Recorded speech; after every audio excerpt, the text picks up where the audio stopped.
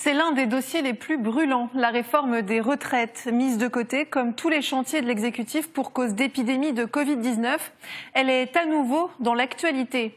Depuis son arrivée à Matignon, Jean Castex s'est déjà penché dessus. À l'Assemblée nationale, le 8 juillet dernier, le Premier ministre a affiché la volonté du gouvernement de poursuivre cette réforme. Des propos appuyés par Bruno Le Maire cette semaine, le ministre de l'économie, qui la juge indispensable.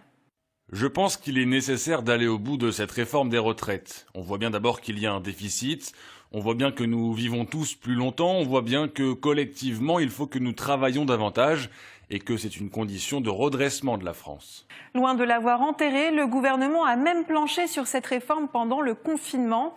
C'est ce que révèle une note secrète de la direction de la sécurité sociale datée du mois de mai et publiée le 12 juillet par nos confrères du Parisien.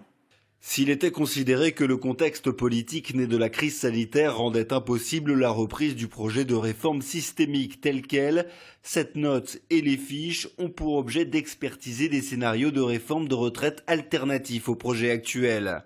En tout, 5 pistes alternatives sont développées dans ce document. La première consisterait à appliquer intégralement la fameuse clause du grand-père. La réforme ne concernerait donc que les nouveaux entrants sur le marché du travail, soit ceux nés en 2004 et après.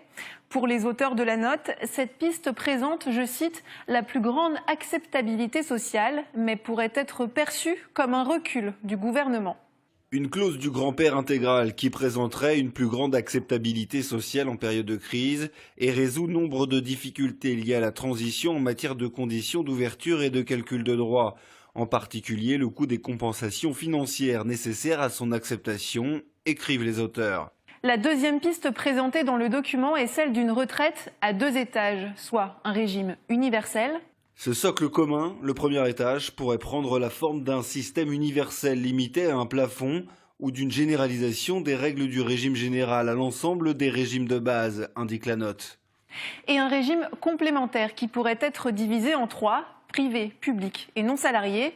Si pour les auteurs, cette piste répondrait, je cite, aux critiques sur l'uniformisation du système de retraite au détriment du risque selon les professions et le profil de carrière, il reste toutefois difficile à mettre en place. Autre scénario, des mesures d'économie. Pour remettre notre système de retraite à l'équilibre, les auteurs de la note suggèrent, selon le Parisien, de relever l'âge de départ à la retraite à 64 ans ou encore d'instaurer un âge minimal à partir duquel un individu pourra partir à la retraite sans décote. À la clé, 15 milliards d'euros d'économies en 2027. 2 autres plans d'action sont aussi cités dans le document, mais jugés peu probables. Un abandon de la réforme au profit de quelques mesures fortes, comme la disparition des régimes spéciaux, ou encore la réduction du nombre de caisses et de leurs effectifs.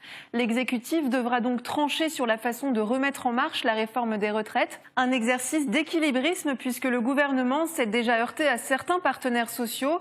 Ces derniers l'ont exhorté à ne pas rouvrir ce chantier tout de suite pour donner la priorité à la relance de l'économie durement touchée par la pandémie de Covid-19.